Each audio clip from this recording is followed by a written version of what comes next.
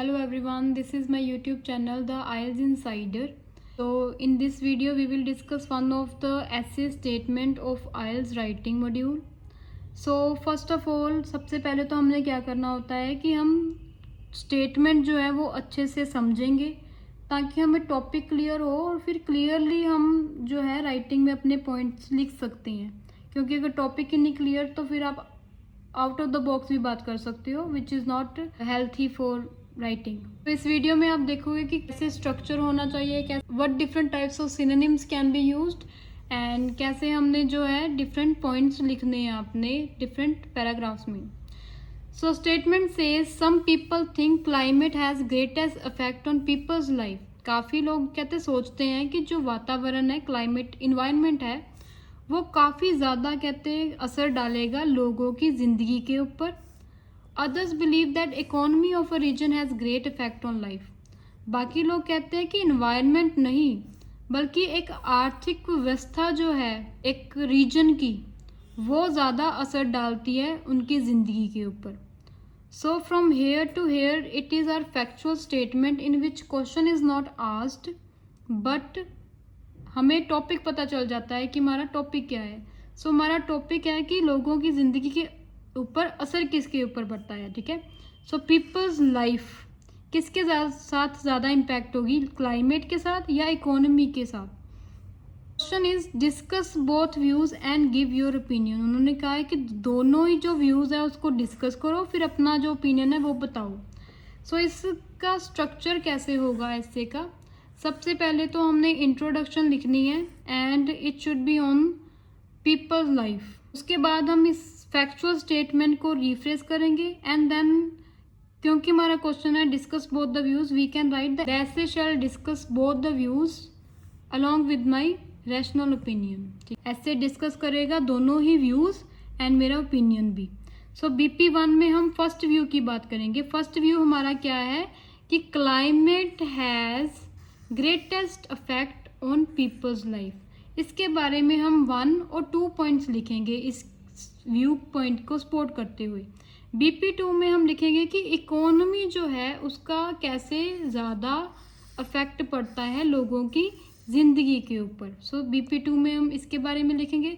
If we have written 1 point in BP1, BP2 में भी 1 point ही लिखो ताकि जो हमारी लेंथ है BP1 BP2 की वो सेम रहे। एंड ये इंग्लिश राइटिंग का रूल है कि जो पैराग्राफ की लेंथ है वो सेम होनी चाहिए। उसके बाद हम कंक्लूजन लिखेंगे। कंक्लूजन में हम अपना ओपिनियन देंगे।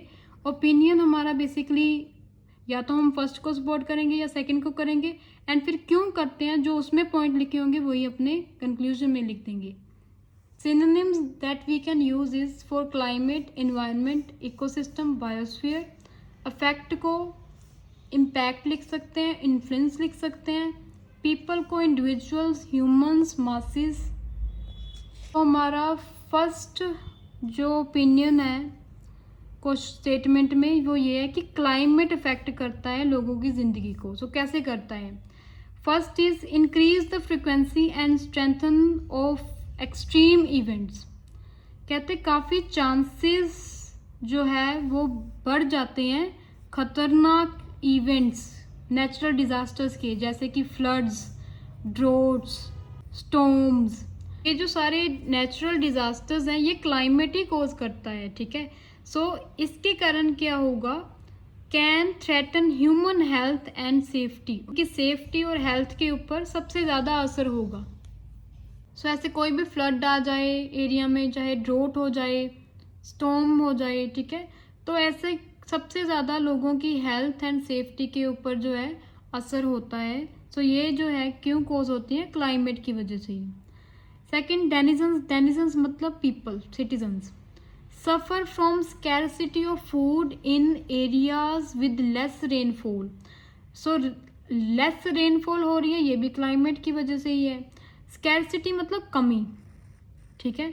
कहते लोग जो हैं वो सफ़र करेंगे पानी की कमी को इन एरियाज जहाँ पे रेनफॉल हो ही नहीं रही, ठीक है। जैसे डेजर्ट एरिया होते हैं काफ़ी, अगर सपोज एक साल भी रेनफॉल ना हो, बिल्कुल ही ना हो, बिल्कुल कम हो, तो लोगों की लाइफ के ऊपर बहुत ज़्यादा असर पड़ता है। फार्मर्स को खाना नहीं मिलेगा, कोई फसल नहीं होगी तो वो डिस्ट्रीब्यूट कैसे करेगा, खाने की कमी हो सकती है, पानी की कमी हो सकती है, तो इससे उनकी लाइफ काफ़ी जो है इम्पैक्ट होगा negatively. Agricultural loss due to unexpected climate condition, अगर सपोज रेन ना हो, अनएक्सपेक्टेड ही होता है ना, क्योंकि रेन तो हर साल होती ही है। सो अगर अनएक्सपेक्टेड सपोज रेन बहुत ज़्यादा हो जाए तब भी उनकी फार्मर्स की फसल जो है वो ख़राब हो जाती है। सो एग्रीकल्चर जो है वो काफ़ी एक रिस्की जॉब है जो क्लाइमेट की वजह से काफ़ी बार जो है मार खाता है। Young ones and senior citizens are vulnerable to health impacts caused by extreme hot and cold weather।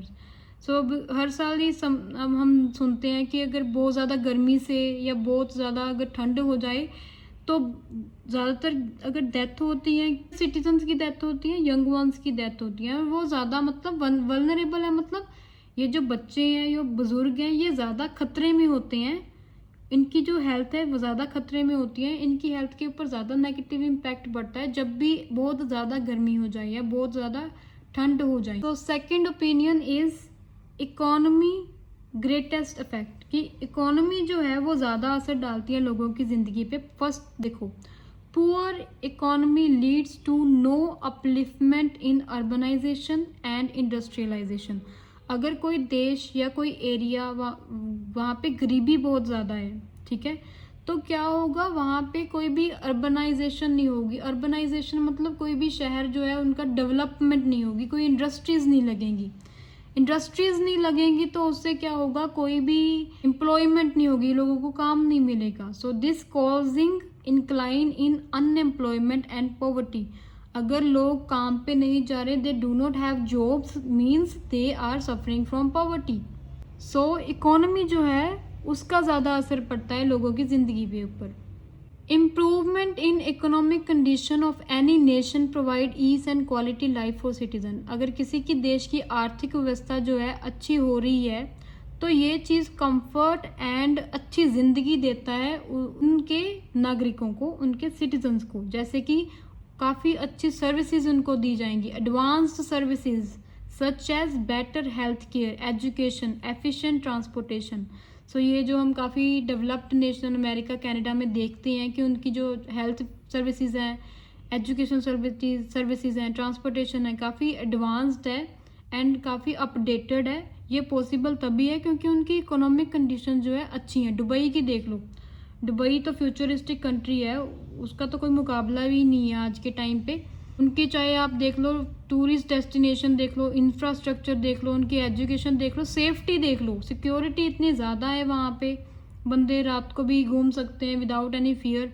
ये क्यों पॉसिबल है, उनके नागरिकों को, उनके सिटीजन्स को इतनी अच्छी ज़िंदगी कैसे मिल रही है, because of improvement in economic condition. So economic condition अच्छी हैं तो उनके जो लोग रह रहे हैं वहाँ पे वो उनकी ज़िंदगी भी अच्छी है। So this was the writing essay on impact on people's life. If you like my video, please share and subscribe my YouTube channel, The IELTS Insider. Take care and bye bye.